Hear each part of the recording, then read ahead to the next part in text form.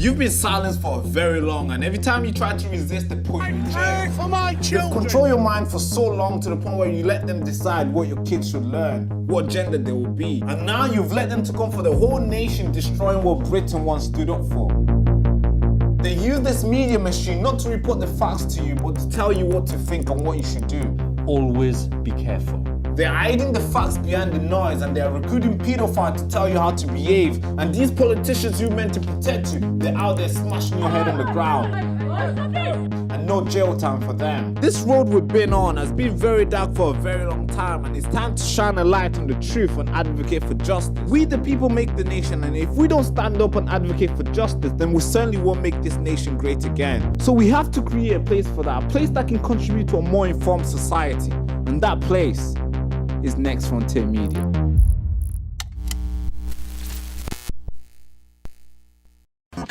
You are listening to The Baraka Show. ¡Comieron humanos! ¡Asquerosidad! ¡Comieron humanos! Yo no estaba enterada de nada. Que había, o sea, de los asesinatos sí, pero que habían comido humanos. ¡Humanos! ¡Fuera la carne humana!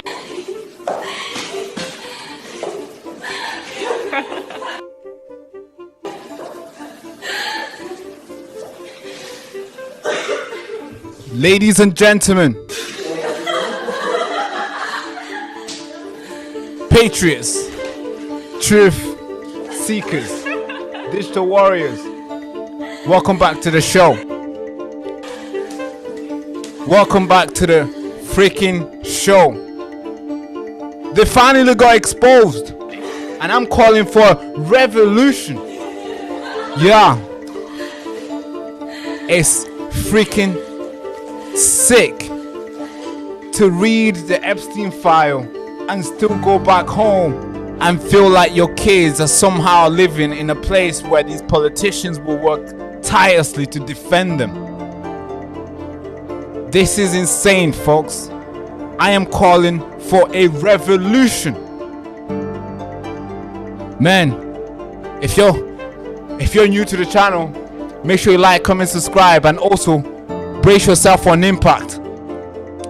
Because after you see what we're gonna show you today, the files, the documents, all the videos, and we're gonna put all together with all these best politicians that we've ever had, I guess. There's no hope.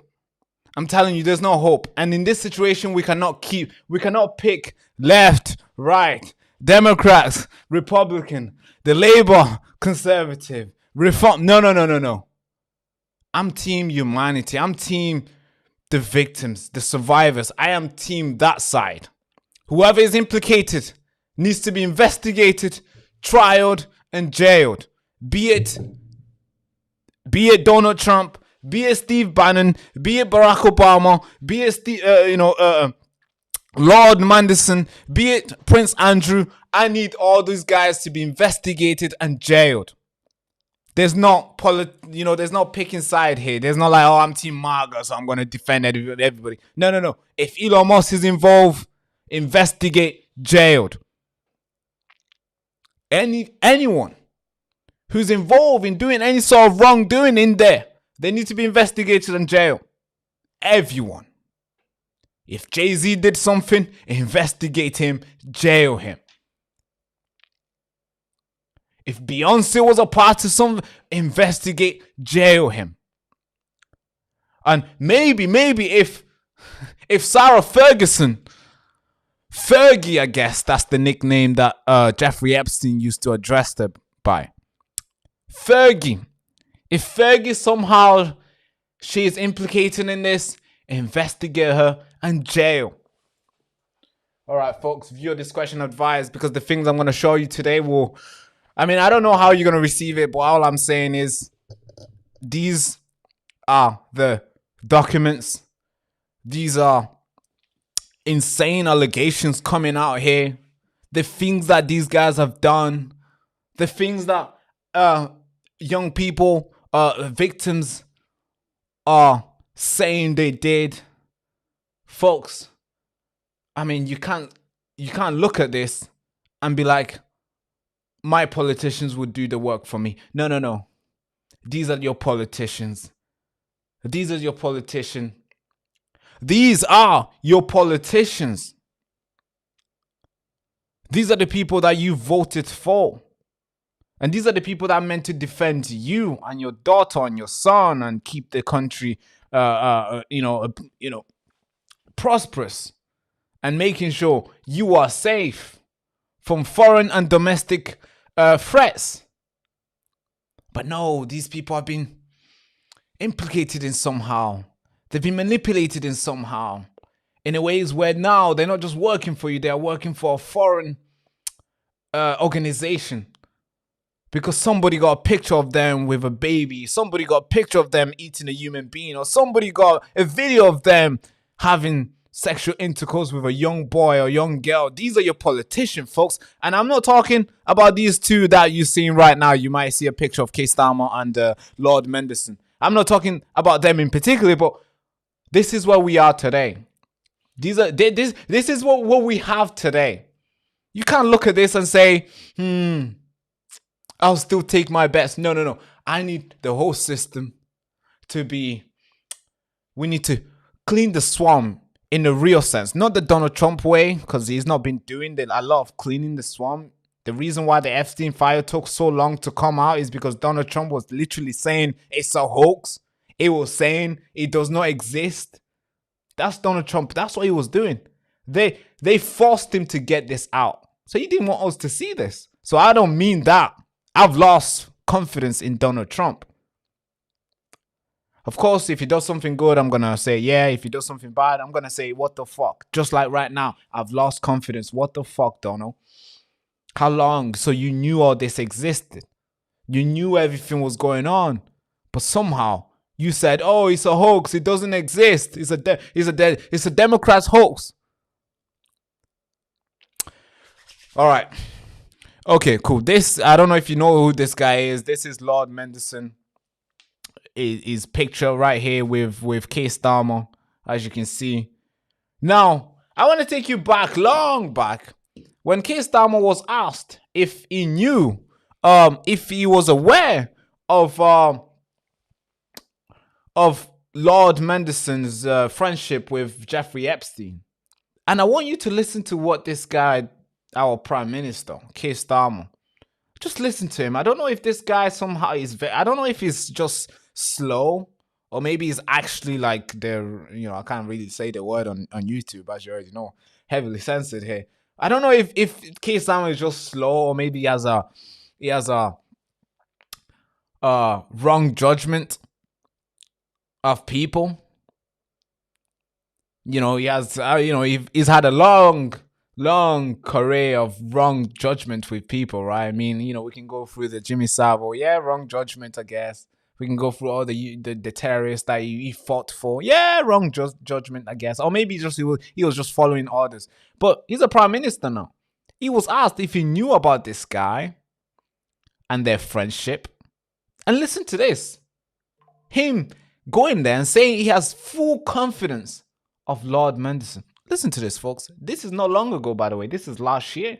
Couple months ago, folks. The ambassador has expressed full regret, but the victims of the paedophile Jeffrey Epstein have called for Lord Mendelssohn to be sacked. And just so the House is aware, in 2019, Jeffrey Epstein was convicted of child prostitution and sex trafficking that took place between 2002 and 2005. That is the precise period which Lord Mendelssohn called Jeffrey Epstein his best pal. Absolutely. Was the Prime Minister aware of this intimate relationship when he appointed Lord Mendelssohn to be our ambassador in Washington? Mr. Speaker, as she and the House would expect, full due process was followed during this appointment, as it is with all ambassadors. The ambassador has repeatedly expressed his deep regret. He is right to do so. He's now playing an important part in the US-UK relationship. Mr. Speaker, I asked the Prime Minister if he knew. The fact that he didn't answer indicates that he probably did know. I wasn't asking a question about process. I was asking a question about his judgment. The Daily Telegraph reports today that that while Lord Mandelson was business secretary, he brokered a deal with Jeffrey Epstein while he was business secretary, and that this occurred after Epstein had been convicted of child sex offences. Given this new information, does the Prime Minister really think it is tenable for our ambassador to remain in post? Mr. Speaker, the relationship between the US and the UK is one of our foremost relationships, and I have confidence in the ambassador in the role that he is doing.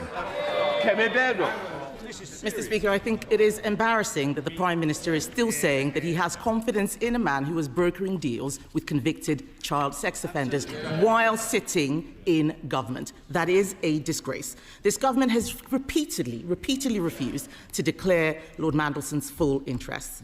And as part of the appointment, there will have been extensive government vetting, including details and timings of Peter Mandelson's dealings with Jeffrey Epstein. So will the Prime Minister publish all these documents, including those about his interests? Well, Mr. Speaker, as I say, full due process was gone through in relation to this appointment, as would be expected. As for the publication of documents, as she well knows, that's subject to a procedure which includes an independent element. Be subject to the usual procedure.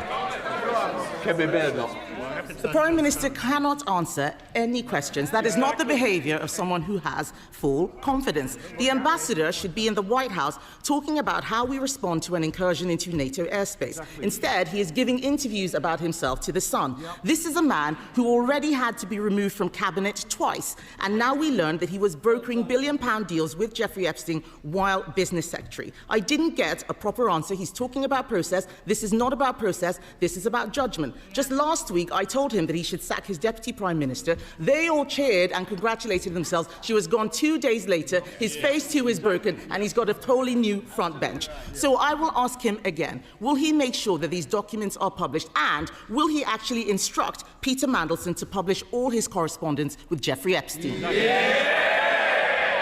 Well, she says the ambassador's be in the White House discussing NATO. He is, as we all are, with a number of international calls this morning and on Ukraine, as well as the attack in Doha yesterday. Mr. Speaker, I see she's finally catching up with the questions that she should have asked last week about the Deputy Prime Minister.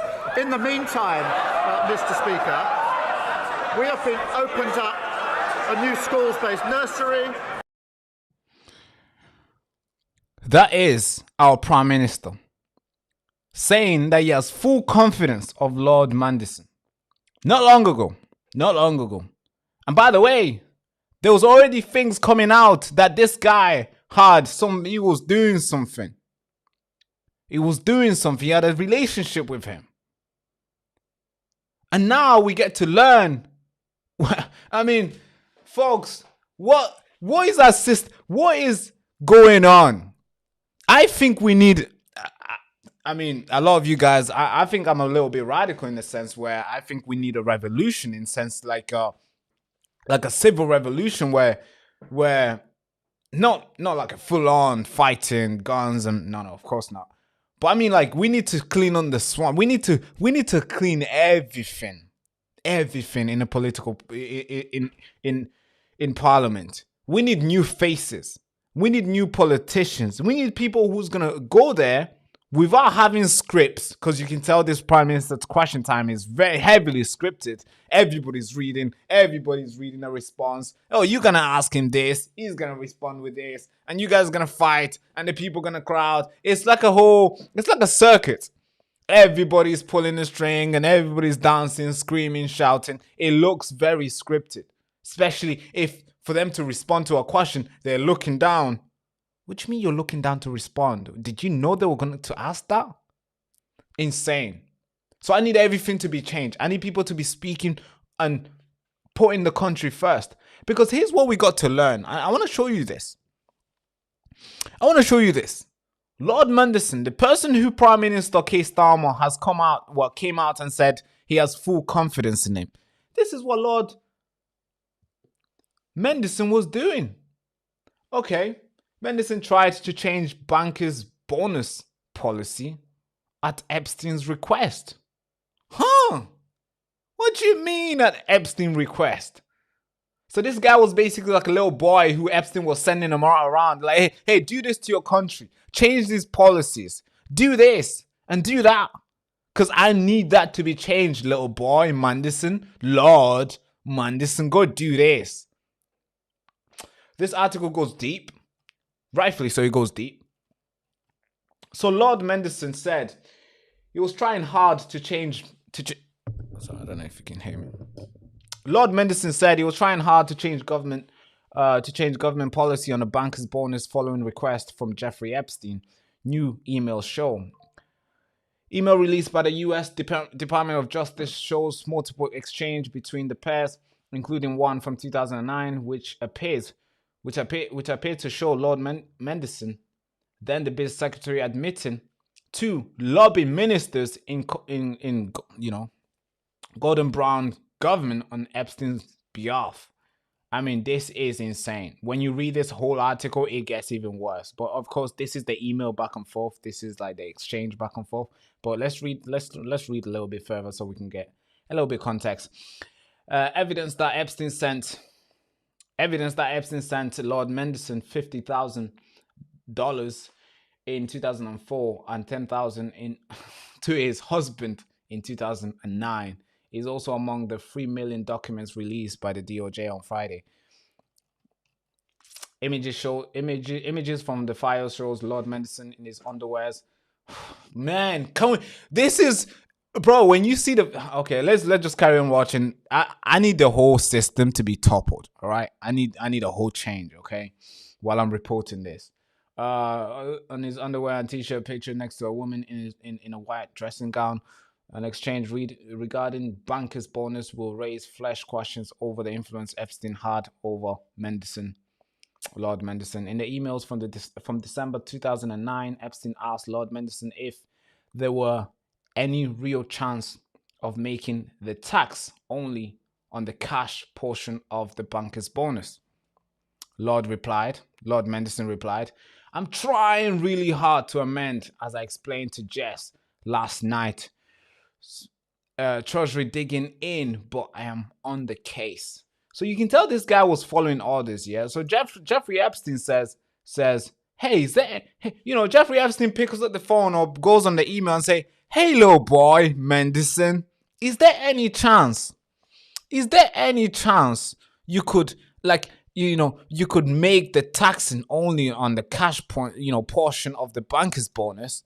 And Lord Manderson's like, "I am trying very hard. As I explained to Jess last night, the Treasury is digging in, but I'm on a case, What? What is going on? What did Jeffrey Epstein had on Lord Manderson for him to try change our bank, our financing policies on behalf of on his behalf? What did he have on him?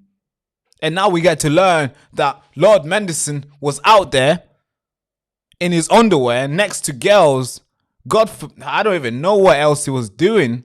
We got to learn all these things. Now, here's a full-on expose from exactly what took place.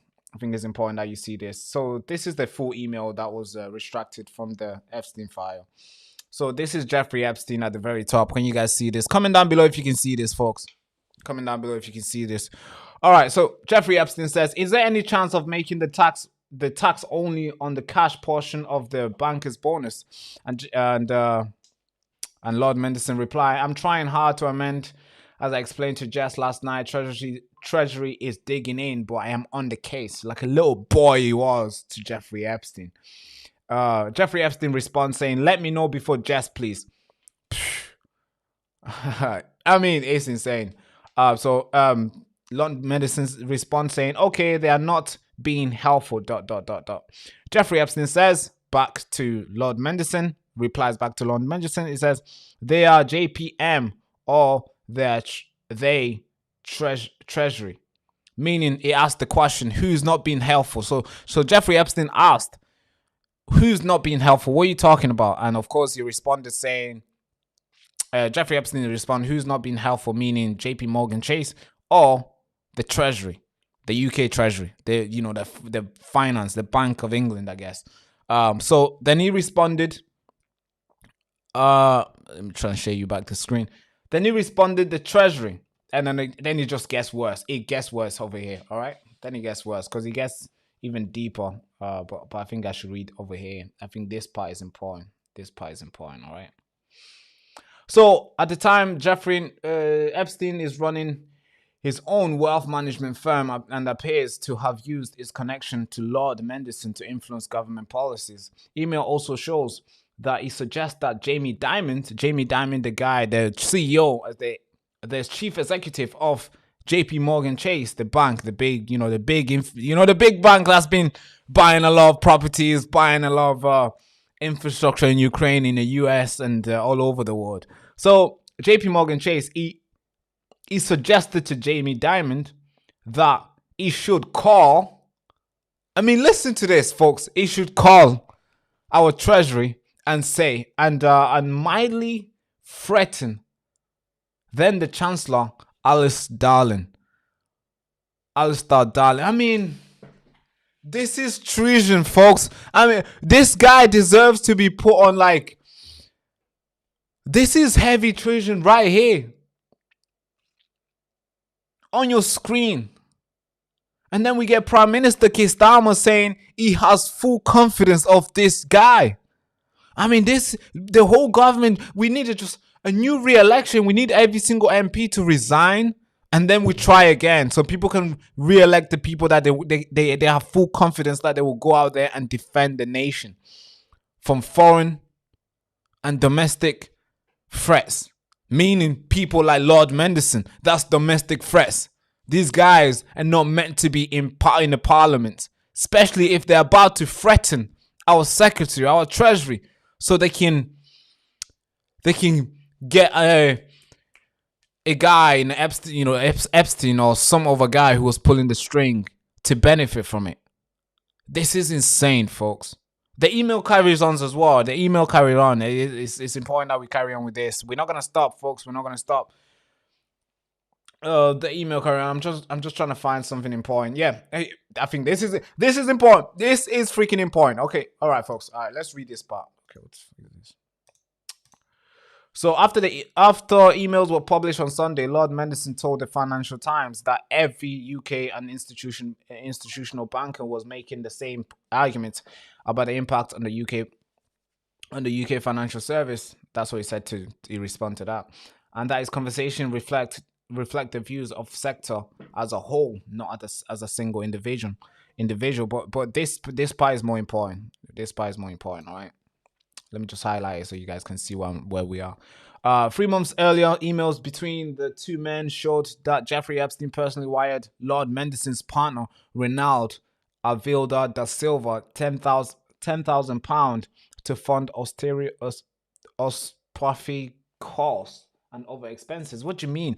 Now, I got a video of a journalist, investigative journalist John Sweeney, literally exposing this, and he has a book as well, which I think, I think, since I'm digging deep into this, I might as well just look at the book as well. All right, I think it's important we listen to this guy. He responds to this. He digs down and he breaks down all this about the £10,000 that was sent to Lord Mendelssohn's husband, because obviously he's a gay man, so he has a husband. Don't ask me more about that. Don't ask me. Okay, so here's John Sweeney responding to this and telling us more and connecting the dot, basically, and connecting the dot why there's, what? Oh God, this is big, folks. It's not just, it's big. I thought that statement by Peter Mandelson was a bit rubbish, frankly. I did a podcast about this called Hunting Galena, which turned into a book, same name. And at one point I got a hold of the Epstein kind of address book. And one of the people in it was Peter Mandelson. And I phoned him up and I said, hello, Peter. Can you talk to me about your relationship with Epstein? He said, oh yeah, I'm terribly sorry, I'm on a Zoom call. I'll phone you back immediately. And he never did. Surprise, surprise. And that response was, it's full of mush, but what's the substance? And, the detail of this is that Mandelson's husband was given $10,000 by Epstein after Epstein had been convicted of being a paedophile. Now, there's a lot of stuff, and obviously your lawyers will be saying that's no evidence of wrongdoing. And I've got to look at that phrase, and I think, well, actually, morally, maybe not legally, but morally, it's wrong to take money from a convicted paedophile. It just is, and it benefited, the Mandelsons as a couple, and that just feels wrong. Mandelson's a wealthy man. He lives in a fancy place in Regent's Park. He doesn't need this. He never needed this money. What's going on? And the next question, and maybe people on the Telegraph, Annabelle, don't know the answer, but the next question is, what did Epstein get in return? Because Epstein's, he was a massive manipulator and cunning and mercenary. So he gives $10,000 to Mandelson's husband. What does Epstein get for that? Yeah, what does Epstein get from that? You don't just send somebody £10,000, especially if they're rich already. You don't just send them money. It's not their birthday. It's not like you asked them to do something. If you did, what is it that you asked them to do with the money? What do you get from it? And it looks like he was getting way more than the amount of money that he was sending. Now, hey, let's carry on reading this thing, because there's important things. The whole thing is important. I think this is treason, folks. We can't just say, oh, this guy just needs to apologize and go hide away and cover his face. No. I need this guy in jail, all right? I need him in jail, and I need to investigate every single politician. We need to know who else is playing ball, because Mandelson, he was a politician like everybody else. And I'm sure if Jeffrey Epstein existed, well, Jeffrey Epstein exists, so that means multiple other people were also in contact that we don't know of. Or maybe there's another version of Jeffrey Epstein going on that we don't know of, that we might get to know the next 50 years. So I need everyone to be investigated. Every single member of parliament to be investigated. I know it's going to cost a lot of money, and I know it's too extreme to ask for. But hey, I need everybody to investigate. If there's any sort of wrongdoing, jailed, done. And not just, no, we don't want these apologies. We don't want these hiding and hope he goes away. No, he won't go away. All right, let's get back to this letter here. So, of course, we just spoke about the £10,000 sent to the husband. Don't know why, but okay. Now we're gonna skip this line as it makes. I think this other part is important. Okay, I'm gonna read this other part. I think it's important. So, Mandelson was sacked as a British ambassador to the US in September. Hours after email between him and Epstein were made public, in which he told the pedophile, who had been convicted of soliciting a minor for prostitution, to fight for early release. Fight for early release. As you already know, Jeffrey Epstein was jailed during the Obama administration. In 2008, he was jailed for 18 months, but he came out after serving 13 months. And when he came out, he was also jailed again. But in 2019, which obviously he died. I mean, we can say he died, right? Because the legal, we can say he died, but we don't know where he was buried. We don't know where he is. It might be I don't know. All we know is that Jeffrey killed himself. All right, the FBI told us. Dan Bongino told us that he killed himself. Kash Patel told us that he killed himself. So I guess we're gonna take that, okay, with a pinch of salt, okay, as always. Now, Mandelson went to him and told him, fight for early release. Now, let me read you the full line of what this guy actually said to him. Your friend are with you and love you. What the fuck? Like, this is insane. So, a guy is arrested for soliciting prostitution, getting young girls to the island. Some of them missing. We don't know where they are. And now, obviously, then the U.S. ambassador, the UK U.S. ambassador to the United States, He's out there telling the pedophile that your friend will stay with you. And we love you.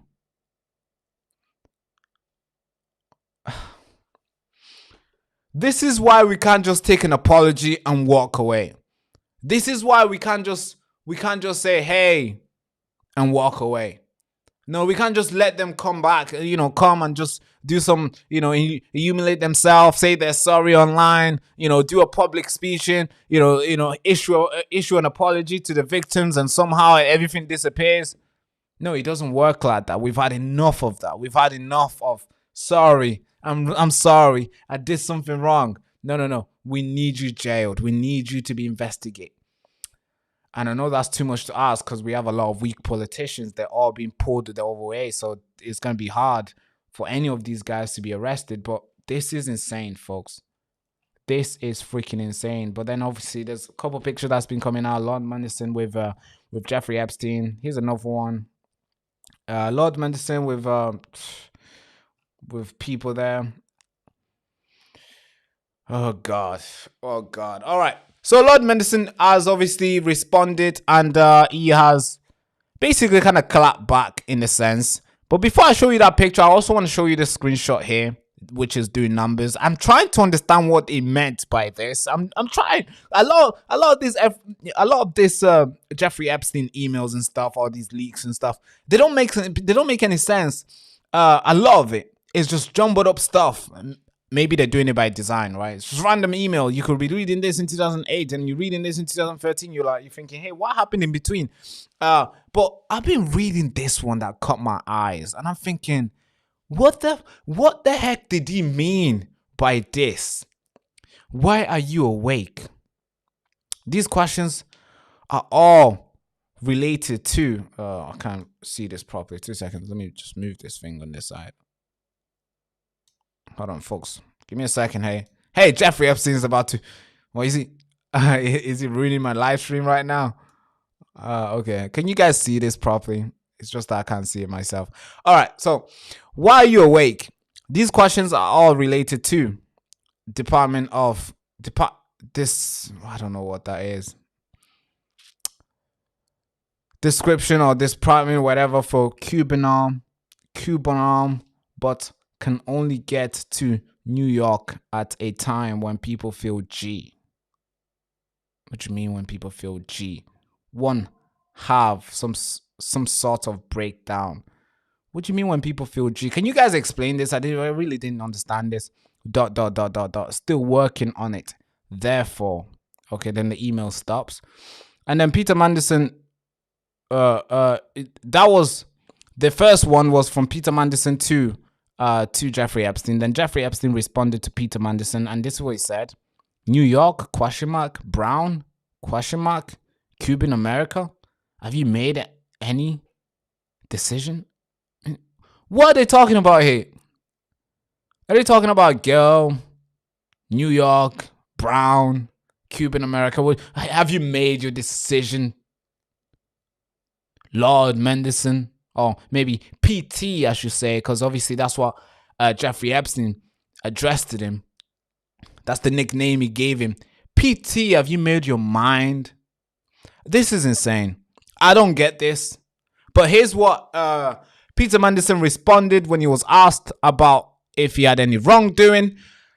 Listen to what he blamed. He blamed the reason why he didn't have... Oh, God. I don't know how to put this into words, but I'm going to just play it. I'm going to just play this thing, and then I'll try to explain to you what he meant by it. Actually, I'm just going to play it, and I'll leave you clueless, as I was when I was just listening to him, trying to justify the reason why he didn't know wrongdoing was taking place. He didn't know that girls were being raped, and he blames the reason why he didn't know is because he's gay. What? How does that make sense? You didn't know girls were getting raped, or you didn't get invited to rape girls because you were gay? Is that what you mean? Like, what are you trying to say, Peter Manderson? I don't know. Could you explain to us? Listen to this. Possibly some people will think because that I'm a gay man, I was sort of insensitized or I wasn't attuned to what was going on. I don't really accept that.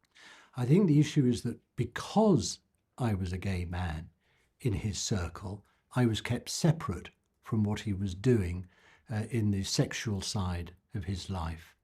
I mean, he in a sense had three buckets of people in his life: the business and the financial, the political and the academic, and then what he was doing with young women.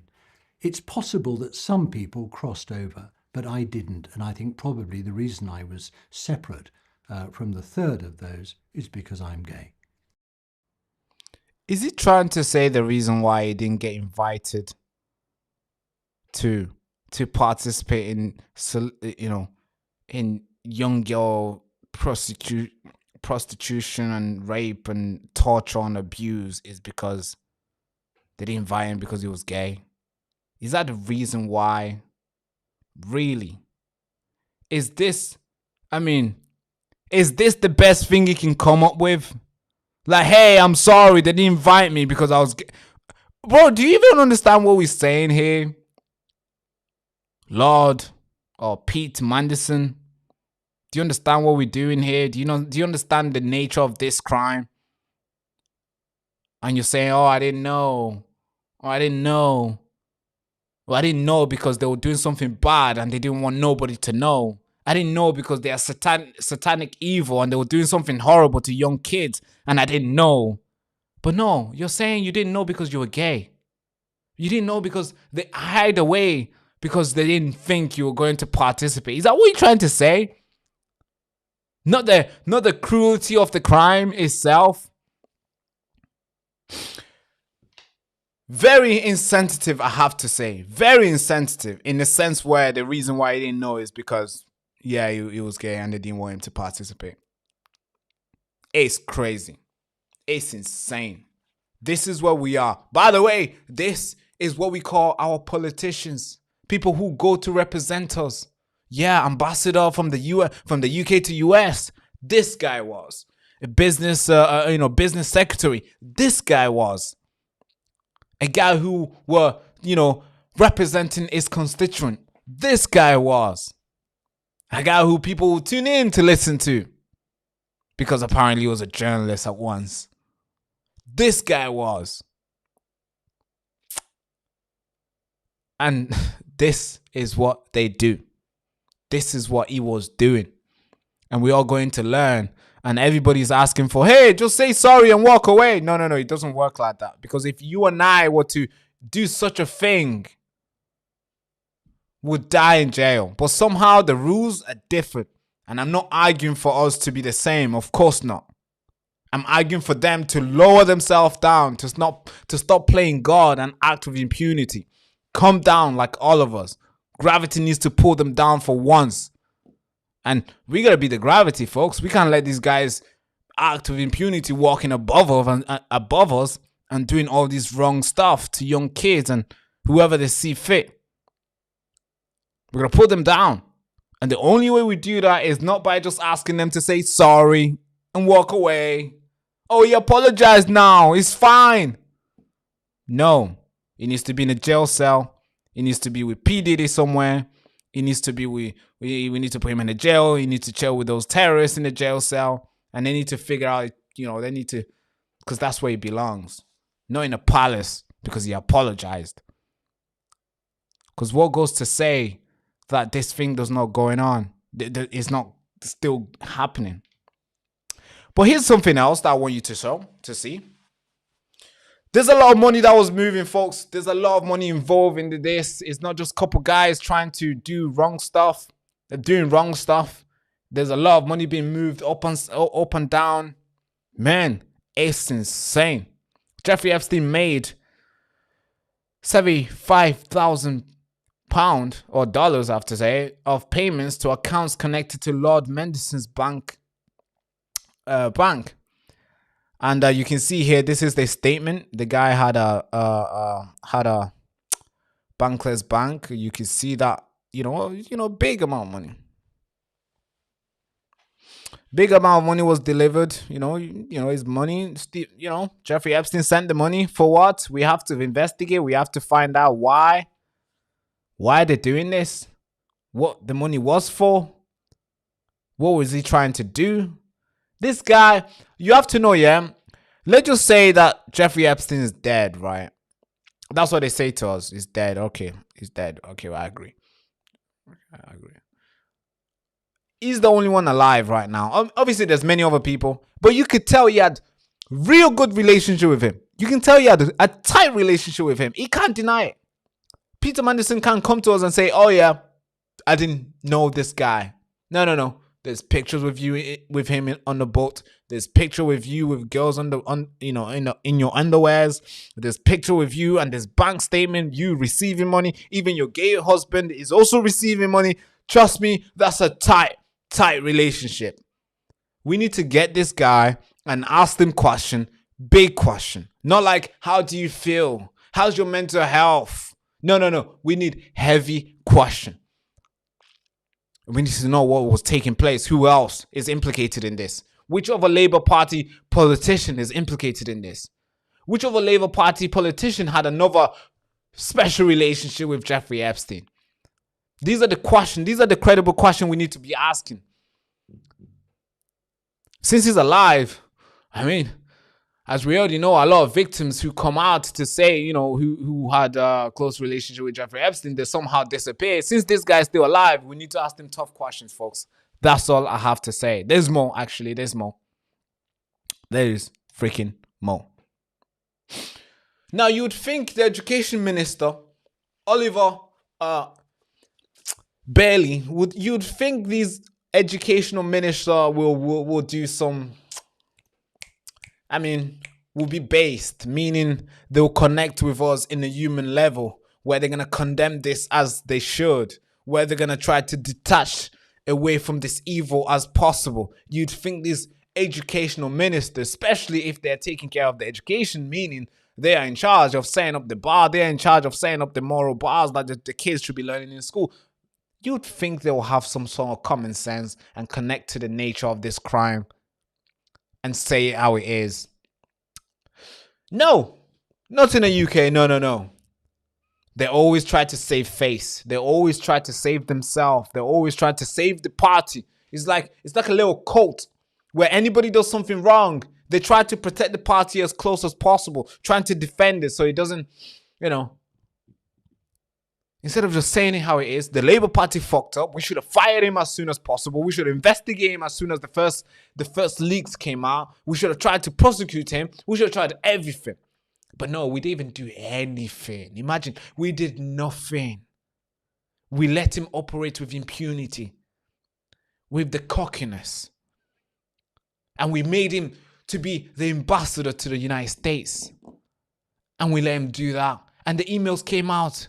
All the little drops that came out over time. And we did nothing. Until he decided himself to resign.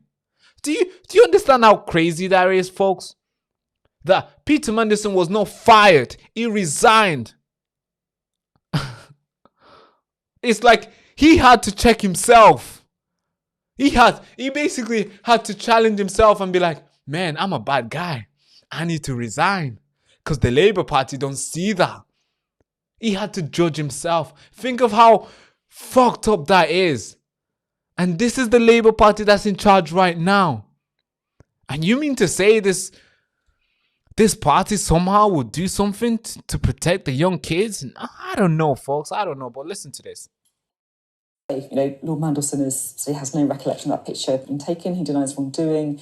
He's also questioned the authenticity of these payments that appear to have been made from Epstein to Mandelson at tens of thousands of pounds. And I guess, there are questions about how the Labour Party has handled this. Lord Mandelson said he did flag up his links with Epstein before he was made US ambassador. I mean, that's got to have been a mistake appointing him to that role. No, I mean, categorically, the information that we now have from the documents this weekend, the documents in the autumn, was not available to the Prime Minister before that decision was taken to appoint Peter Mandelson. And as soon as the information did become clear, rightly, the Prime Minister took swift action to remove Peter Mandelson as US Ambassador. And I'm glad that Peter Mandelson is no longer a member of the Labour Party. I mean, we know, you're right, of course, that we didn't know all this information. This is new information that's come out on Friday. But we did know that he was still in contact with Jeffrey Epstein after his conviction, right? We knew that. That's enough, isn't it? We did not know about the extent and nature of Peter Mandelson's ongoing relationship with Jeffrey Epstein. But I guess my point is we knew... All right, folks, can you guys hear me? Can you guys hear me? Are we good? Are we good? Are we good? Are we good? Are we good? I don't know what that was. Maybe it could be Jeffrey Epstein hunting me already. I hope not. It's not going to be well for him. I hope not. All right. You guys can hear me. Okay, cool, cool. The live stream somehow, they stopped almost all the broadcasts. 2 seconds, folks. Everything stopped. Literally everything stopped. The laptop one froze. Rumble is done. I don't know are we even live on Rumble? It's gone. Rumble is down. Kick is down. What the fuck is going on, folks? Hold on. Jeffrey Epstein, get back. We're still gonna carry. All right, we're back on Rumble as well. Okay. All right. We're back. We're back. Okay, cool.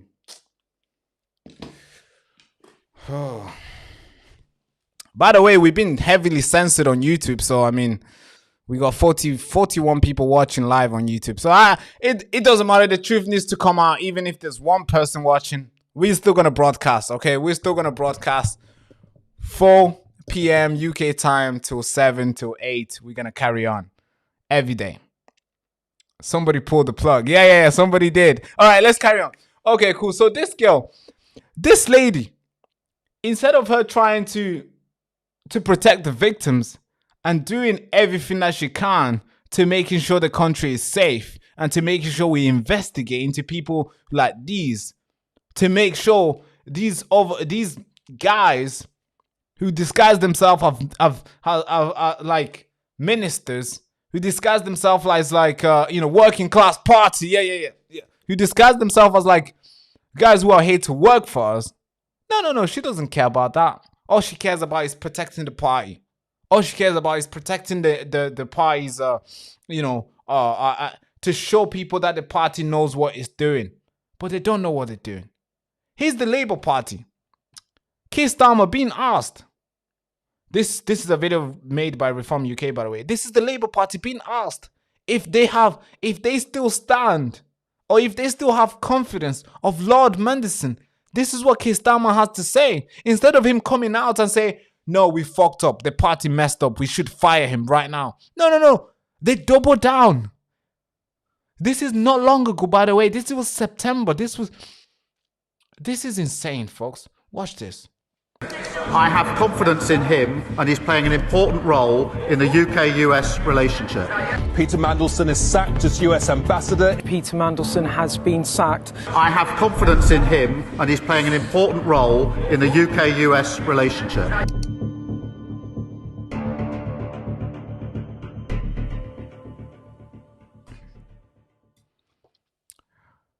Yeah, this is where we are. I would rather vote for a party that comes out and say how it is and be like, all right, folks, we picked the wrong person, guys. We're sorry. We're going to try to do more due diligence. We're going to try to do more investigation. We're going to try to do all these background checks. We're going to try to do we're going to do more of what we already do. And yeah, we're sorry. We apologize. I would like that part. I would want to vote for that kind of party because that's human. We are human beings. We make mistakes. We might look at somebody. We might think his name is, Dr. Hyde, but he could be Jekyll at nighttime. You don't know. You know, you don't know. So we need to make sure we stay human. We make mistakes. So I would rather vote for a party that comes out and say, all right, fuck, we messed up. We're sorry. Than a party that knows they messed up, but still try to defend it in a sense where they know they made the wrong call, but they're still going to tell us and gaslight the public that, hey, what you've seen is a lie. What you've seen is a far right narrative. What you've seen is a hoax. What you've seen is this. And they try to manipulate in a sense where so they can try to save themselves from having to deal with tough decisions in making, you know, in firing their staff. They didn't want to do that. They wanted to defend him. They wanted to defend him on and on and on. And now here we are. This is crazy. This is worrying, to say the least. It should worry every single person in the country right now.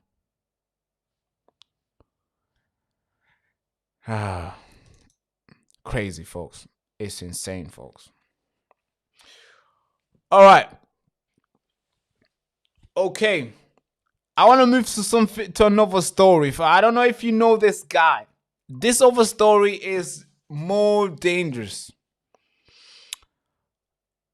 This other story is just like how like, oh God, this is what we call, I mean, it's insane. It's worrying, bro. Listen to this, man. I want to take my time with this story. I think this story deserves this story, I would actually say now, this story deserves like a whole day broadcast. If we don't get if we don't get King Charles to come out and say something on live television, and I mean like real stuff, not just like some political words, like, hey, you know, trying to save the monarch. If we don't get, you know, if we don't get any sort of thing like that, yeah, the confidence in the monarch is gone. It's gone. I think the confidence left as soon as we lost Queen Elizabeth. As soon as we lost the Queen, I think we lost the respect with it. She went with the respect. Everything else that's been done after that, it's just been disdain. It's just been disgraceful. I'm going to let my boy take over with this small little short video, and obviously we're going to break it down into more full detail. We're going to read out the emails. We're going to go back and forth with Sarah Ferguson in wanting, oh my God, this is so bad. How did we get here? Or maybe how deep does this go? It's so bad. It's like, how do you look at this and still go back to sleep and have hopes in your democracy, in your member of parliament? How? The stuff about Andrew that has been released in the files proves you cannot despise the royal family enough. Have you seen what has been released? Let's start with the images. So here is the first image that got released. There is what looks like a young girl laying on the floor, sprawled, with Andrew with his hand on her, on all fours, on the ground. Here's the second image. I mean, yeah, what do you even say to that? I mean, his pupils are bigger than planets. And despite what he says, that man is clearly sweating. We then read in a separate document from the 1990s where it's claimed that Prince Andrew took a young girl who had been trafficked, subjected her to extreme violence, and then got someone to, you know, grim beyond belief. Not only that, we then read emails from 2010 when Andrew Mountbatten Windsor told his very good friend Geoffrey, who at this point had been legally recognised as a nonce for 2 years, that he could host him at Buckingham Palace and there was lots of privacy. Now cast your mind back to 2022 when the late Queen Elizabeth helped finance the £12 million that Andrew gave to the late Virginia Giuffre, a woman he claimed he had never met in his life, in order to avoid having to stand trial for the crimes that he had been accused of. That family of parasites used taxpayer money to bail out a nonce. Not only that, think of the millions of pounds of taxpayer money that has been spent on Andrew's security detail whilst he was up to all manner of heinous shit. This is something that we should all be up in arms about. I don't care that the guy has been stripped of his titles. He should be stripped of his ability to walk around freely. He must face justice for what he has done. That's right. That is correct. You know, this is insane. When you read all the revolution that took place, when you read all the revolution, It's not just guys making videos and saying, hey, like, comment, subscribe, follow me on TikTok for more. When you look at all the revolution that's ever happened in the world, it's never guys saying, hey, we should do this, like and comment, I'll see you tomorrow. No. Revolution takes place, or maybe change happens when guys and girls get together and say, enough, this has to change. And it won't change by going online and say, arrest this guy. Because that's what politicians like. Because they can just turn it off. Or maybe they can just make sure you don't get views. Like, look at us. We got like, what, 72 people watching on a channel that's about to hit 100k subscribers. They can just do that.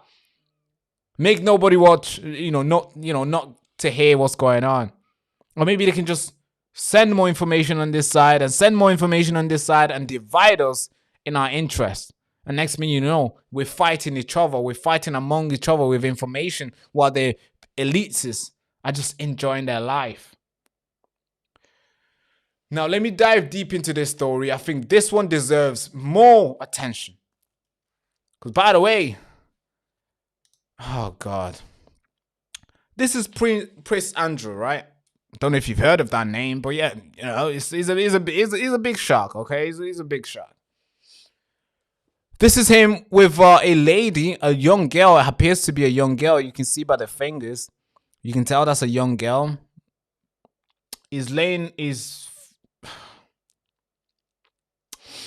Well, this is Andrew is facing new legal threats after a second woman has alleged that, Andrew flew her to Britain for sex. Yeah, crazy. We're going to get more into it. We're going to get more into this. It's dangerous. It's scary. And I think we need to do something about it. And I think we're going to talk about his wife a little bit because I think she's equally as dangerous as him.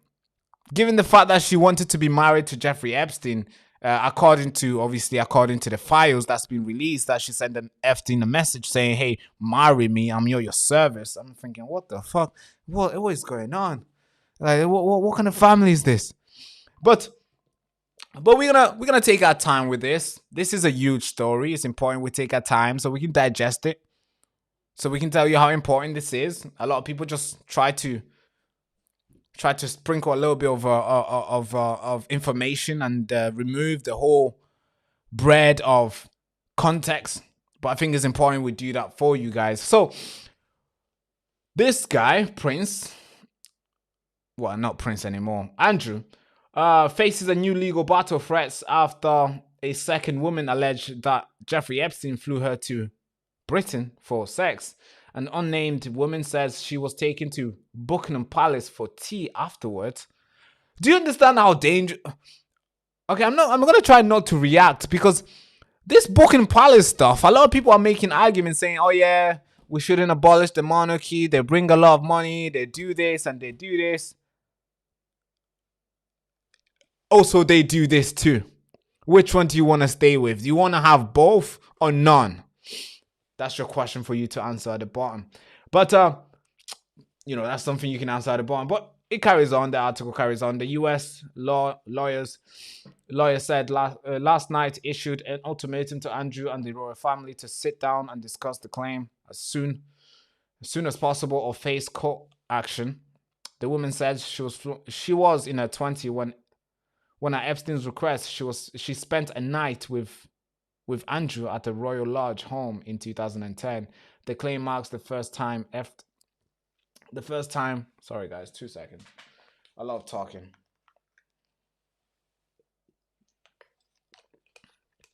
I like this water, to be fair.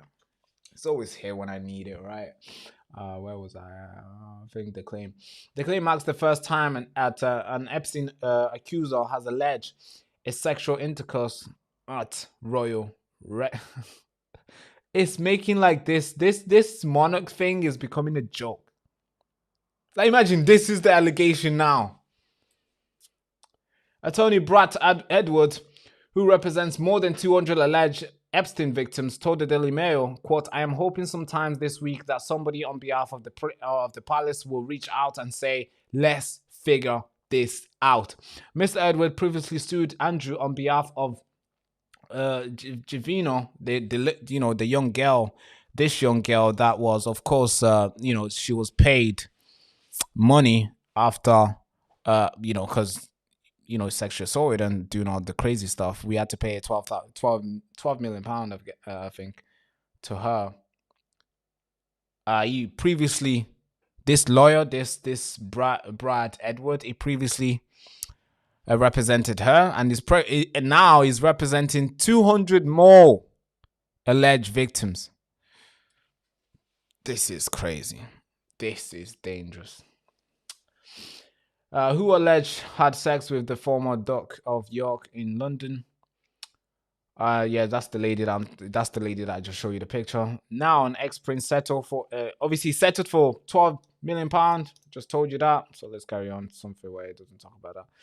But the spotlight is back on him again. Once again, following the release of more than 3 million documents related to Epstein by the U.S. Department of Justice Friday night.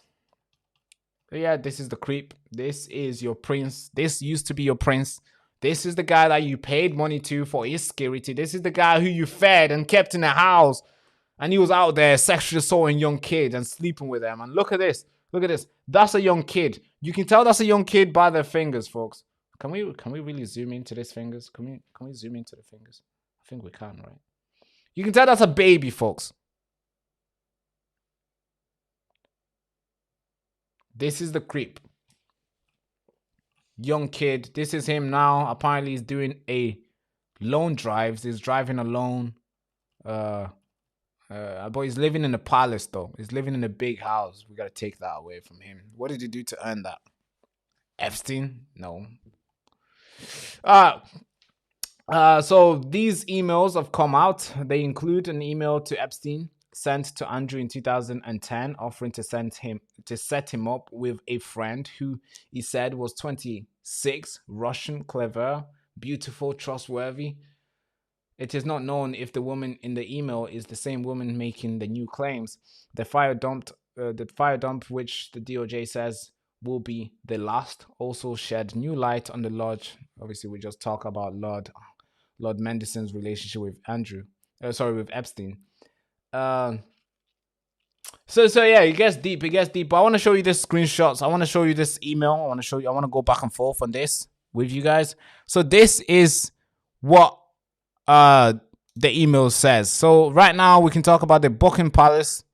The first line, so there's 3 lines, right? The middle one is obviously, you can see the middle line is it's about the Russian girl, and of course the one on the right is about a birthday invitation. But let's read the Buckingham Palace one. So I think this is from Jeffrey to the Duke to Prince Andrew. He says, G is here with me. Who the fuck is G? Anyways, G is here with me. I'm meeting with Adoro at Cipriani at 1:30. What are you doing? I guess he was doing nothing. Sadly, I can't have a lunch with Saudi Prince. Oh, okay. I can't have a lunch with Saudi Prince, then out to secret intelligence firm. Free from 4 o'clock before G comes to me. Who's this G? At 5 o'clock. Okay, that's the email. So Jeffrey Epstein, another email from Jeffrey Epstein. He says to him, should I come there at 4? Or where? ? The Duke responded to that, saying, delighted for you to come here to Buckingham Palace. Wow, no way. Come with whoever. I'll be here, free, from 4-ish to 8 o'clock. Man, they turned the Buckingham Palace as they turned that place into a whole place. I'm telling you, folks. According to this, yeah, they turned that place upside down, folks. Imagine Buckingham Palace turned to be a place where girls were brought in. I mean, I'm sure the late Queen is probably pissed right now. I'm sure she's looking down thinking, really? This is what this Muppet was doing after I paid £12 million to get him out this, this allegation of rape to settle. Okay, cool. Now let's read the Russian girl email. I have a friend who I think you might enjoy. What the enjoy having dinner with? Her name is obviously redacted.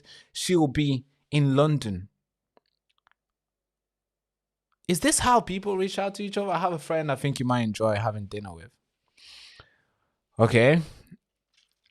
So that's what Jeffrey Epstein said to him. And then he responded saying, of course, I am in Geneva until the morning of 22nd, but would be delighted to see her. Will she be bringing a message from you? Please give her my contact detail to get in touch. Okay. Then Jeffrey Epstein responds back. She is 26, Russian girl, clever, beautiful, trustworthy, and yes, she has your email. Then Duke responded to him, great. Any other information you might know about her that might be useful to know? Like, have you told her about me? Have you given her my email as well? And Jeffrey Epstein responded saying, that was quick. Wait, what? Sorry. Yeah, I don't know what happened here, but so he responded, I think, the same day. And he said, that was quick. How are you? Good to be free? Don't know what that means. You see these emails, like you kind of get what's going on, but then boom, another email comes on and you're thinking, hey, like, how did the conversation go? What happened? Okay, then obviously the other one with Jeffrey Epstein. This is about birthday invitation. So let's read this one. Dear Jeffrey, Beatrice, Eugene, and I would love to invite you to celebrate the 50 years of Papa Andrew. What? Papa Andrew. Okay. It would be February 26, 2010. Did he have to say that yet? Oh, 2010. Okay. From 7:30 for drinks and for 8:30 for dinner at St. James Palace, London. These guys are always just luxury, just all fancy stuff they were doing while they were trafficking, doing some heinous crime. But let's carry on reading this. It would be suits and cocktail dress, and mysterious Miss Chef. What's that? What? Mysterious Miss Chef. Well, who's that? So bring your presence and your humor. Was Jeffrey Epstein that cool for him to say all this? No, you have to understand, this is an email from an old man inviting another old man to come celebrate his 50th birthday. And this is how they're addressing each other. Was he that cool to him, or was this guy, did he know Jeffrey Epstein had something on him that...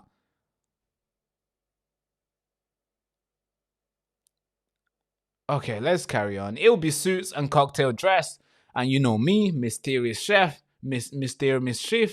So bring your presence, your presence and your humor. Can you please email Amanda to let her know whether you're able to join the party? Can you please also include any special food and stuff? Okay, cool. Requirement. All right. And I think Jeffrey Epstein responded. No, I don't think this is from Jeffrey Epstein. I think this is another email from the Duke office. Says, further on to the investigation to the Duchess of York. Below email, could you kindly let us know by Thursday, 18th February, if you're... Did he say he's not able to go? Oh my God. Even Jeffrey Epstein didn't want to go to his party, bro. Oh my God. Prince Andrew is such an embarrassing person. Even Jeffrey Epstein said, no, I'm not coming to your party. Not that I'm running cover for Jeffrey Epstein. Of course not. He's an evil person. I think he should be publicly executed. I don't know if he's dead yet. I'm not sure, but they told us he's dead. So I guess we have to go with the narrative. They said he's dead. All right, he's dead. So he said not able, just like that. So this big ass email from Amanda, from Jeffrey, from Prince Andrew to invite Jeffrey to the birthday party, and then he didn't respond. This thing was sent on the 8th of February. This thing was sent to Jeffrey Epstein. This birthday invitation was sent from the 8th of February, and he didn't respond. And they sent another one on the 16th of February, and they told him that he needs to respond the next 2 days, meaning before Thursday. 16th of February they sent another one, and they told him to respond before Thursday, 18th of February, and he responded. I think, oh God, he responded on the 18th saying, "Hey, I cannot come, not able." Wow, they all were begging to be a part of the cult. And you could tell he had something on them. You could tell he had something on this creep, to the point where you had to beg him to come to his birthday party. And the guy still say, "No, I'm not coming." But it gets even worse, folks. It gets even worse. I think we need to talk about it. Have you seen this video? Jeffrey Epstein chasing young girls in the kitchen. Have you seen this? Crazy.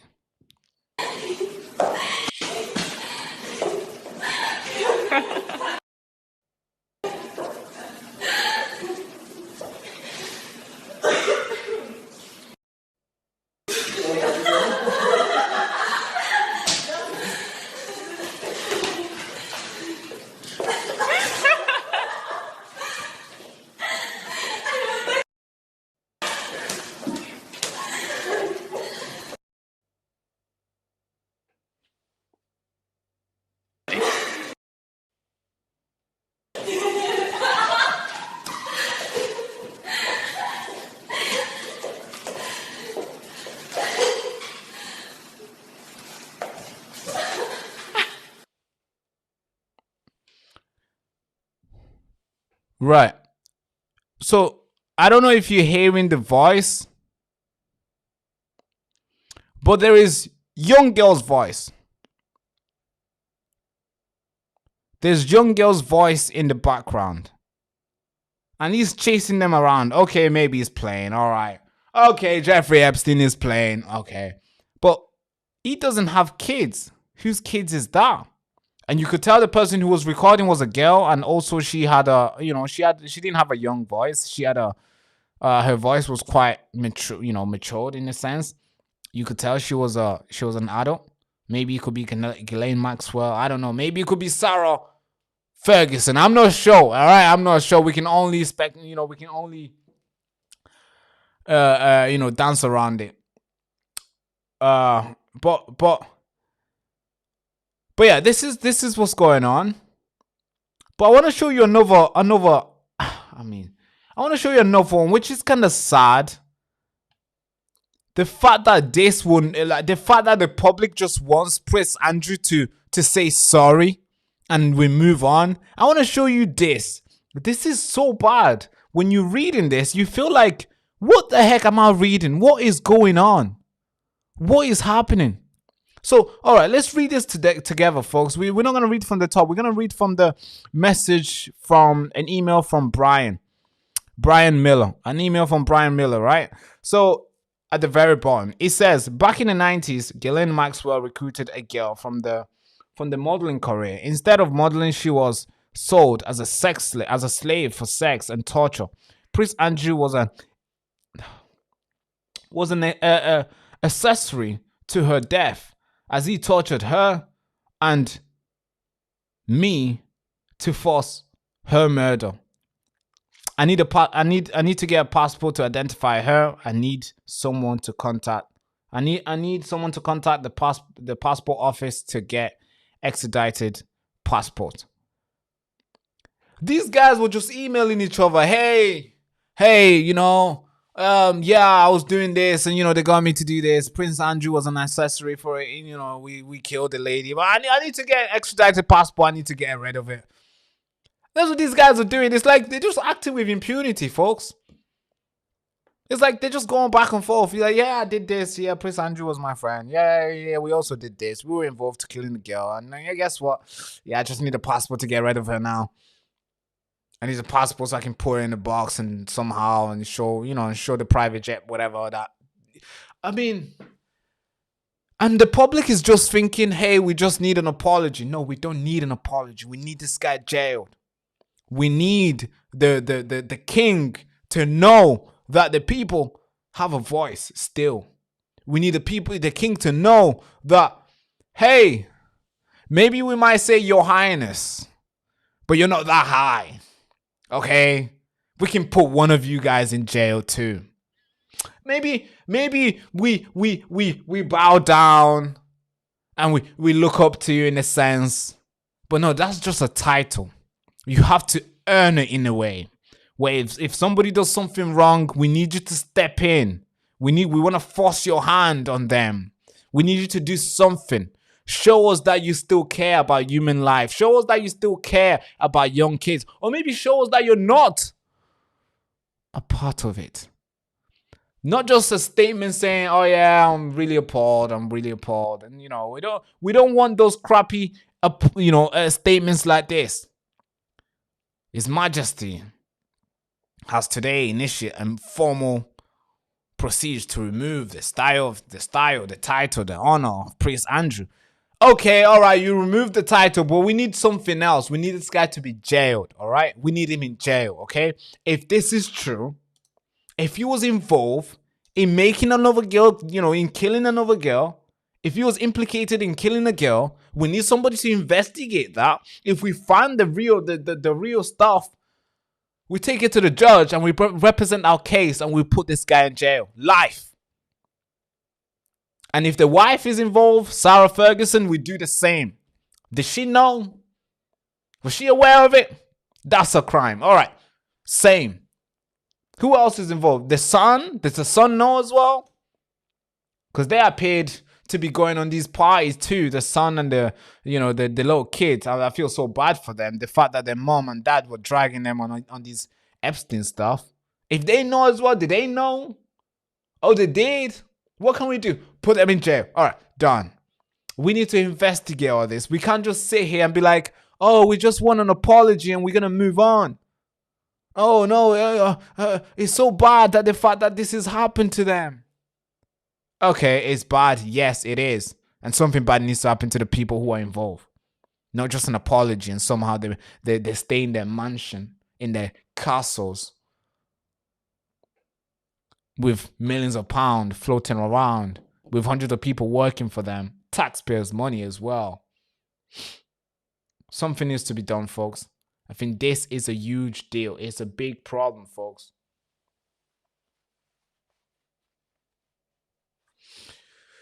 Now, you'd think our government are like, you'd think we have some people out there who are pulling the string, who are trying to investigate Prince Andrew, but actually, no, we do not have anyone in power right now to pull any sort of strings. I thought we did, to be fair. When I was looking into this story, I was thinking maybe the police is actually investigating into this. But apparently, no. Look at this, folks. Listen to this. On the face of this evidence that the Met or whichever force has to get involved, surely, Rachel Maskell? Well, it seems quite astonishing that when Andrew lost his titles, that investigation seemed to come to a halt. I don't understand the reasoning for that, because there can't be an association with having titles and a police investigation, but certainly it must resume and must get to the truth of the matter, because ultimately he is accountable for his actions and must be investigated under the normal processes. If Andrew doesn't go or doesn't testify, where does that leave him? Where does that leave the family?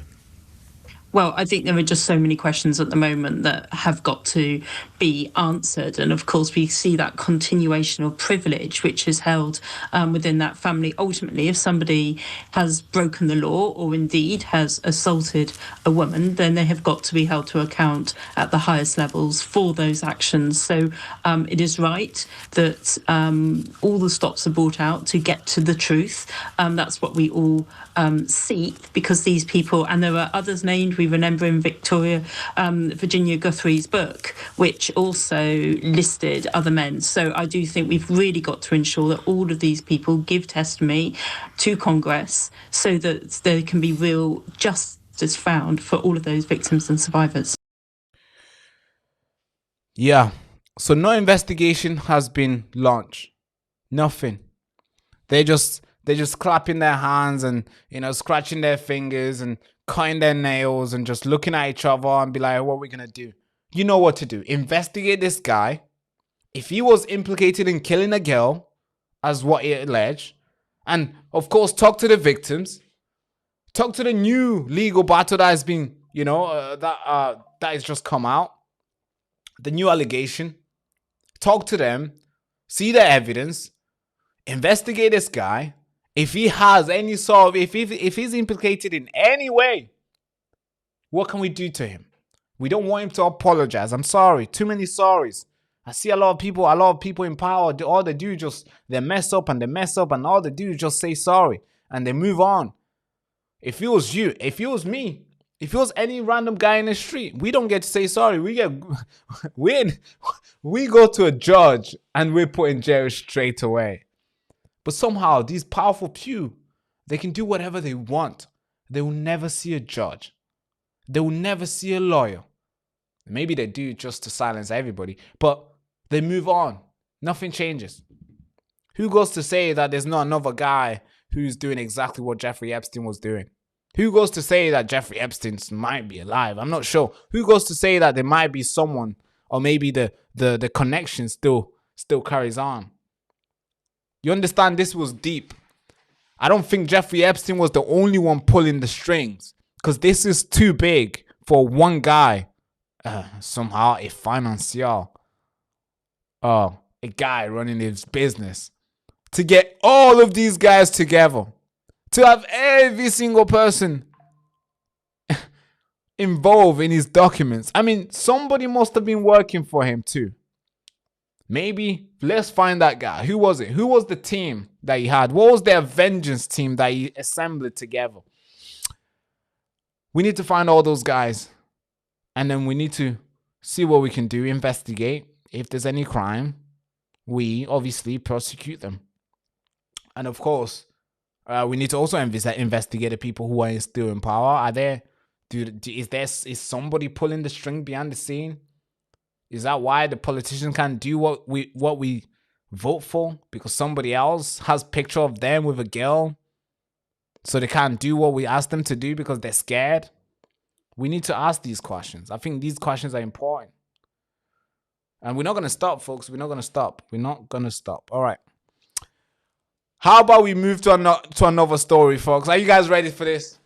Maybe let's move to something light, yeah? A light story. Actually, I'm going to lean back for this one. Okay. Finally, we can talk about something very light now. Okay, so we have this lady here. Mrs. Khan earns £20,000 and $600 a year for a role in Tower Hamlet Council. And the problem is that she doesn't work there anymore. The problem is that she's a councillor who lives in Bangladesh. She's a councillor who, if you look at all the pictures, she doesn't have a picture of a British flag behind her.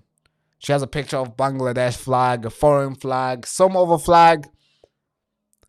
She doesn't have a picture of the British Union Jack or any other flags.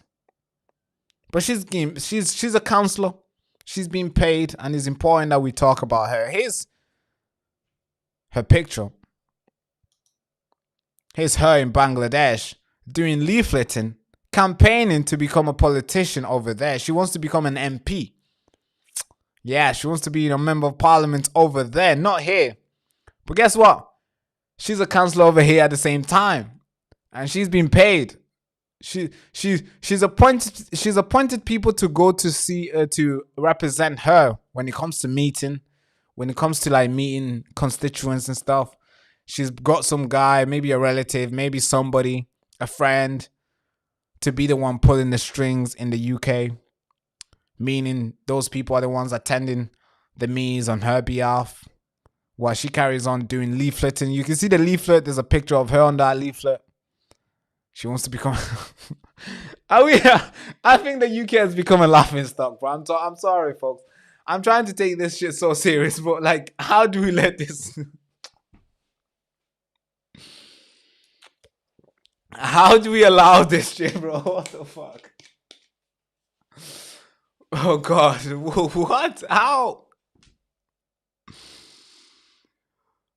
So this is her when she was running. Yeah, she ran. You know, this is her. She made a speech. We voted for her. But now she's in Bangladesh. As you can see right now, she's in Bangladesh. This is December 10th, 2025. She was in Bangladesh. She's still in Bangladesh. This is where she works, folks. But guess what? She's a councillor in Tower Hamlet. What? Somebody just hit me. Please, wake me up. Here's a video that describes everything that she's been doing the past couple months. London councillor is being paid over £20,000 in taxpayer-funded allowances while based 5,000 miles away in Bangladesh. Sabina Khan was elected to serve Tower Hamlets in East London, but for the last 8 months has been staying in Sylhet in the Asian country. Ms Khan, who was elected to represent Labour before defecting to the controversial Aspire party, is intending to continue to serve until coming elections in May, when she will step down. The reason for her ongoing relocation appears to be her ambition to become a full MP in Bangladesh, and she is said to have notified her party and the council's monitoring officer here about her movements. Tower Hamlets confirmed Khan earns £11,898 a year as a councillor and an additional £8,702 as scrutiny lead for resources, a role which requires her to closely examine council spending, a total of £20,600 annually. Since first travelling to Bangladesh last May, she is understood to have spent most of her time in the country, and barring 1 or 2 appearances in person, has either dialed into council and committee meetings, sent a proxy representative to sit in on her behalf, or missed them entirely. Yeah, so she sent a person to go basically and work for her. She sent a guy or a person and like, yeah, could you just turn up to the meeting for me? I am working in Bangladesh. Yeah, I'm a patriot. Have you realized a lot of foreigners who come to the UK are super patriotic about their country? They'll do anything. They work here to send money there. They to the extent where they will fly there to become an MP, prime minister, or whatever you want to call it. And right now we have the case of this lady, Sabina Khan. She's in Bangladesh and she's getting paid for being a councillor in the UK.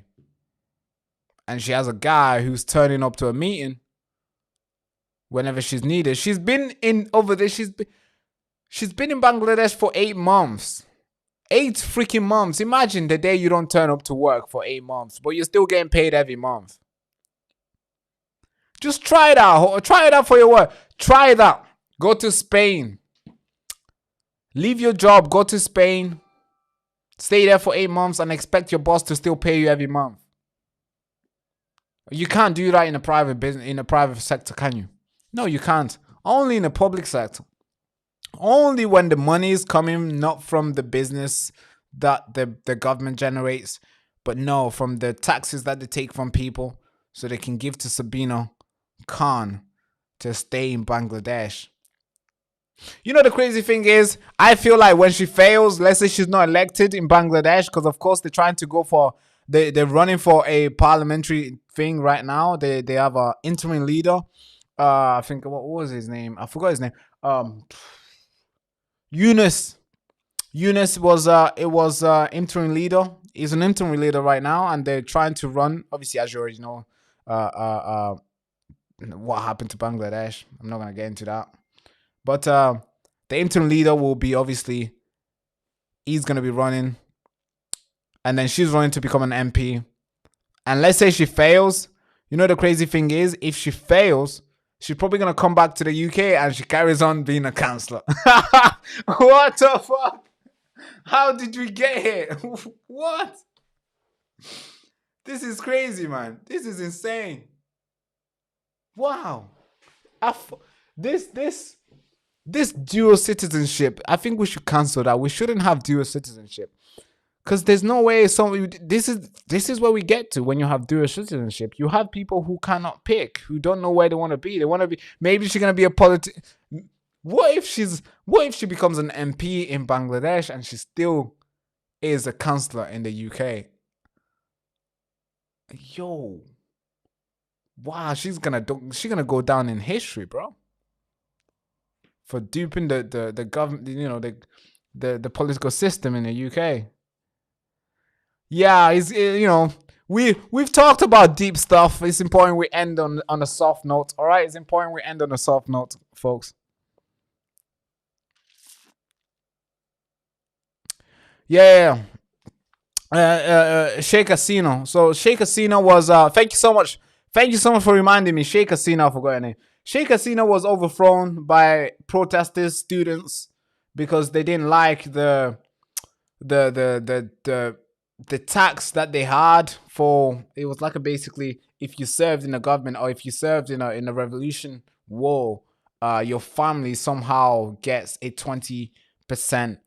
The job, there's like, when you graduate or maybe when you need a job, there's like 20% of the job goes to those people. And a lot of young people didn't like that because they're like, hey bro, we were born maybe the same year, we went to the same school, how come this person gets prioritized because their dad served in the army or some shit? So there's that was one of the protests, but there's more. There's other reasons. But the protest took place.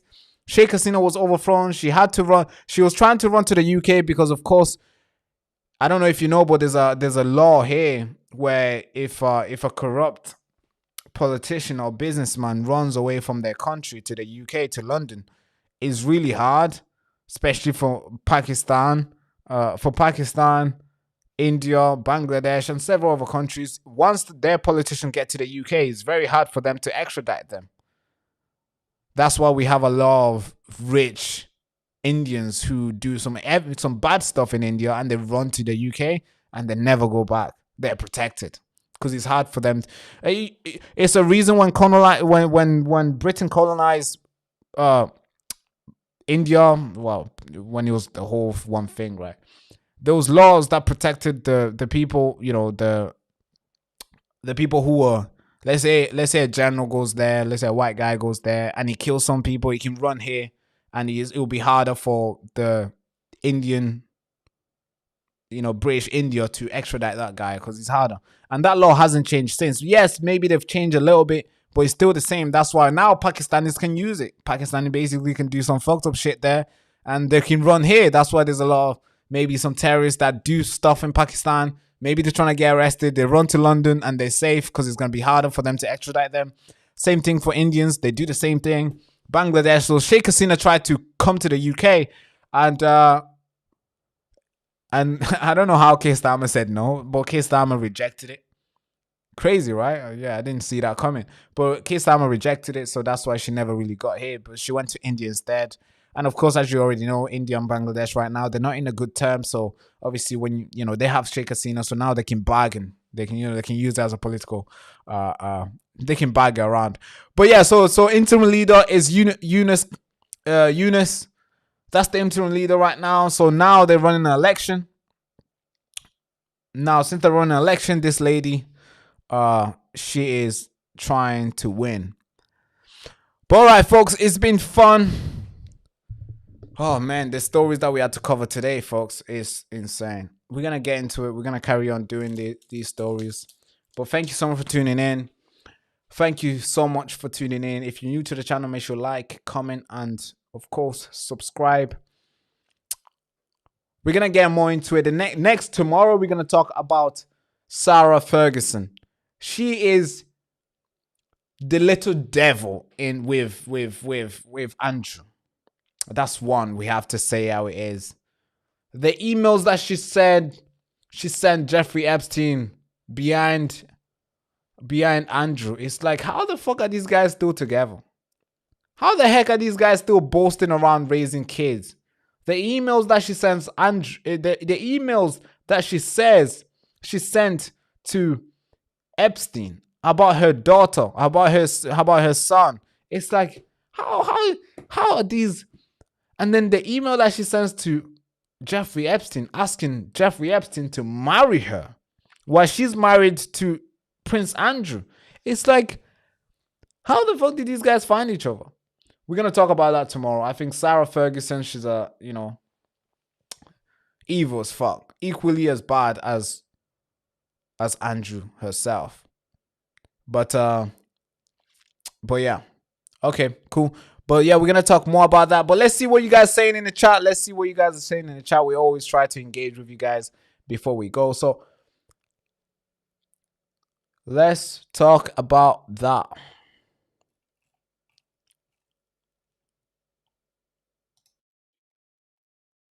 All right, so I don't know. I was watching this. Somebody says, Barack, get your mod sorted. Fascist little children shouldn't be welcome. What do you mean? What do you mean fascist little children shouldn't be welcome? What does that have to do with me? Okay, this comment was just deleted. Why was this? Hold on, bro. We can't just be deleting everything, bro. I guess you. Sorry. The moderator, please. We can't just delete everything. What is Sarah saying? I want to see what she's saying. Sorry, guys. I just came in. So Sofina says, Barack, we love this evening chat. Yeah, I love this evening chat as well. The reason why I can't do for long, because you see this light here, it's very close to my, no, not even just this light, any light, every time when I'm when I'm doing a live stream, or when I'm doing a podcast, or whenever I'm filming, when the light hits my head for so long, I start getting hot headache and all the crazy stuff. So that's why I always want to end it.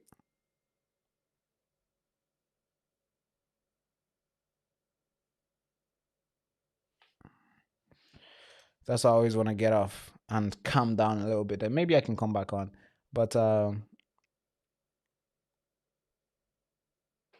Safina says, Barack, don't get caught in a silly chat. Mod deleted nothing. Okay, all right. She deleted nothing. Okay. Barack, the comments were disgusting from trolls. All right. Yeah, if they were trolling, then yeah, okay. If they're trolling, hey, True Founder, I trust you. You can do your stuff. If somebody is out here trolling and they're trying to discredit what we're doing, they're trying to infiltrate the chat, you know what to do. You know what to do. You punish them heavily. All right. Well done. Okay, cool. I don't know. You guys were having an argument. I hope it was okay.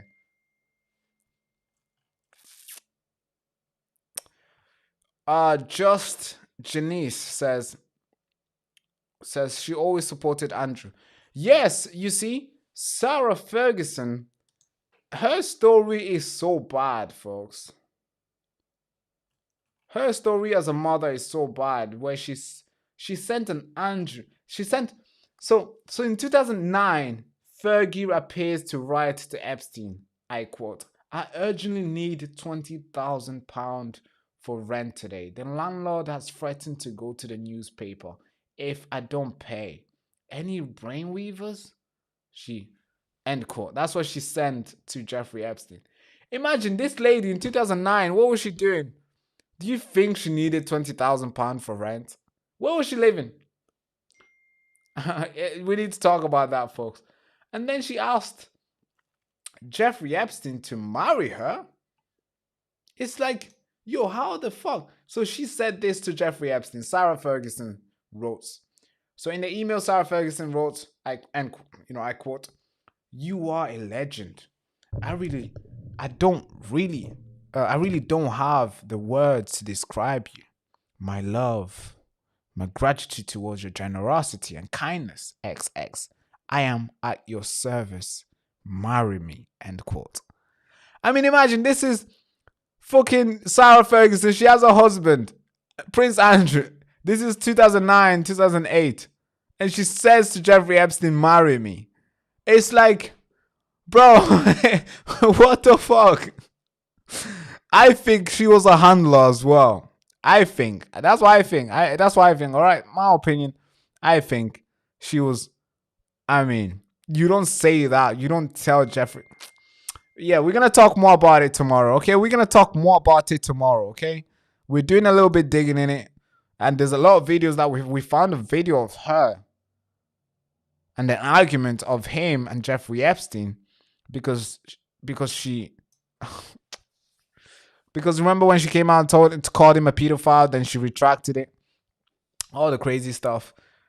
And then there's a back and forth argument where they made her say that. They made her change her mind. And they told her to say he's not a pedophile. And then we got the exact video of her on the media trying to defend Jeffrey Epstein. In when he was convicted and he was jailed for 13 months in 2008 during the Obama administration, the early Obama administration. So we're going to talk from then till today and see. Bro, it's insane what she's done, bro. It's crazy how... I mean, if we're going for Prince Andrew, we need to go after her as well. She needs to be in the same cell as him. Actually, no, we need to separate them. All right, folks, good chat today. Good chat. Although they tried to shut down the broadcast, we stayed firm and we carried on. We had a lot of disruption today. That one big disruption kind of messed the broadcast up because we basically we lost a lot of footage. But it's all right. It's all right. The team will be alright. We'll fix it next time. I don't know why that happened. But yeah. Oh, God. But I'll see you tomorrow, folks. I'll see you tomorrow at 4 o'clock. 4 o'clock tomorrow, I'll see you. But thank you so much for tuning in. By the way, we are heavily censored. I need to ask you for a favor, folks. We are heavily censored on YouTube. I don't know if you know, but our channel is like so hard to get 1,000 views. So hard to get 100 people on the live show. That's how censored we are. You know what it reminds me? It reminds me of 2025 when we were censored and shadow banned and demonetized. It's like they're trying to repeat the same thing. Because this is how it was. I hope they don't do that because that was really, really detrimental to the broadcast. But here's what I want to ask you guys. Even if you're busy, all I want you to do is just, if you see the video, even if you feel like you can't watch it right now, just click on it, like it, and then carry on your stuff. Because then maybe it will just boost a little bit. Maybe it will just help us with the algorithm. Because right now, I don't know what YouTube is doing. Maybe they're pulling up the same thing that they did last year. But we are heavily censored. So whenever you see our video, just please click on it, like it, and then carry on your stuff. Or like it and comment. And if you haven't subscribed, please subscribe. Share our videos because they are making it hard. They are trying to discourage. But hey, as I said to you, we did this before. We did live stream before when we had 5 people watching live. I don't mind doing a live stream if it's going to be 20 people, 30 people. Like right now, 37 people, 9 people, 1 person. I mean, we've done it with 5 people, so a whole broadcast, 5 people watching. I think that's cool. You know, I have a little intimate relationship there with those 5 individuals. I'm sure you guys know who you were. True Finder was one of them. I'm sure, is Jenny here? Jenny was one of them. But folks, if you can't support, just like, comment, and subscribe to any video. Of course, you have subscribed if you have subscribed. Any video that you see, just like it, comment, so you can just help the algorithm pick up the content, because right now they're not trying to. But folks, thank you so much for coming on. Without further ado, hand to the head salute again. Bye bye. I'll see you tomorrow with heavy news about Sarah Ferguson and more stuff. But yeah, thank you. You've been silenced for very long, and every time you try to resist, they put you in jail. For my children. You've controlled your mind for so long, to the point where you let them decide what your kids should learn, what gender they will be. And now you've let them to come for the whole nation, destroying what Britain once stood up for. They use this media machine not to report the facts to you, but to tell you what to think and what you should do. Always be careful. They're hiding the facts behind the noise, and they're recruiting pedophiles to tell you how to behave. And these politicians who meant to protect you, they're out there smashing your head on the ground. And no jail time for them. This road we've been on has been very dark for a very long time, and it's time to shine a light on the truth and advocate for justice. We the people make the nation, and if we don't stand up and advocate for justice, then we certainly won't make this nation great again. So we have to create a place for that, a place that can contribute to a more informed society. And that place is Next Frontier Media.